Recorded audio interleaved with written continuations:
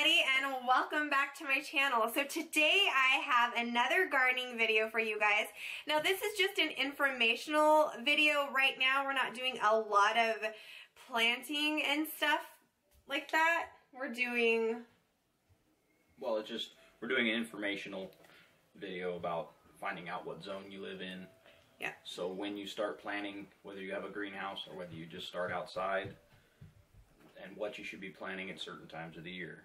Yeah, and we have, well, I'll leave that link down in this description box down below, and it's kind of a paper that shows you all different kinds of zones. There's what? How many zones? Depending on where you go on the web, it's between 8 and 13 zones. Oregon, across that parallel, the 45th parallel, is about is an 8. So depending on the part of the country you live in. So if you're coastal, it's an 8, but if you go further in, it gets a little colder. So it's it's I think a 10 or something. I can't remember. Yeah. Maybe it's a 5. I can't remember which way the zones go. I just know we're an 8. Yeah. So we will leave that down below so you can kind of see where you're at and how you need to start planting. Right now it's February, so we don't do a lot. We want to do a garden with salsa and tomatoes and peppers and fruit and things like that, beans. So if in February you want to start planting... So in February there's not a lot of things you want to plant if you're planting like bulb type vegetables like onions or beets or carrots. You know, you'll start planting those in mid-February indoors to start the seeds, and then you'll get them outdoors, you know, as soon as it's warm enough to handle it, which would probably in our zone would be about March, middle of March. Yeah. Maybe beginning of April, depending on how the seedlings are doing. Yeah. So you definitely want to look at your zones just to make sure. I know everybody's different, but we will definitely take you step by step by step through the process. So next month we're going to start planting our tomatoes and our peppers, and then we'll walk you through on how to not overwater your tomatoes, because you can definitely kill your seeds if you overwater. That's really important. How to get bugs out of your garden naturally. We do a lot of different ways to do that. We'll also do flowers and things like that along the way, and we'll give you a tour of our garden and step by step on how our plants are growing and how the fruit is doing and the vegetables are doing. Thank you.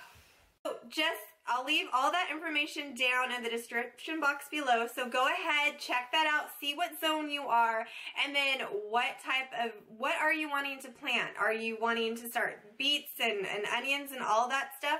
That you need to start doing that now. But if you're wanting some tomatoes and peppers and all that, we're going to start next month. So next month is when it really starts. We start planting our seeds. We can teach you different lighting things. We also are thinking about building a solar heater, like you get a bunch of beer cans or soda cans or whatever you can find. 12 ounce preferably. They measure out better. You link them all together in a serpentine type way and put it out in the sun, and the cans draw in the heat through. If you paint the cans black, they draw in the heat, and then it will push hot air, depending on how you route the pipe, into your greenhouse. So I'm currently trying to get enough cans to do that, because you really don't drink a lot of soda. Yeah, so I think we might be doing something like that, but we can kind of walk you through the process of if your plants are not getting enough heat or sun. There's all different ways, and I will always answer all your questions, and I'll try as much as I can if I forget something on a video to put it down in the description box below, but don't be afraid to ask me anything. I mean, we're not professional gardeners, but we do love to garden. I think we've gardened for quite a while, and we've always had a really nice garden, and our fruits and vegetables have always been doing really well. So I think that's it for this video, guys. Just make sure that you get all your stuff. And also, if you live in an apartment, all you need to do is you plant your little seeds, put them in a window, and when they're ready to go ahead and get into the ground, you obviously don't have a ground to put it in, go to the Dollar Tree. I just hauled one of those big pots, and you can transplant your tomato or any of those things into your big pot, and they will grow up on your little balcony, right? Yeah. Or if you have any aptitude at all with wood and screws and a drill, you can go get like cedar fence boards and make garden beds. And you make little ones, like, you know, make them, you know, 2 foot by 4 foot, you know, or even just little beds so that you can plant like maybe a row of strawberries in there or anything like that, you know.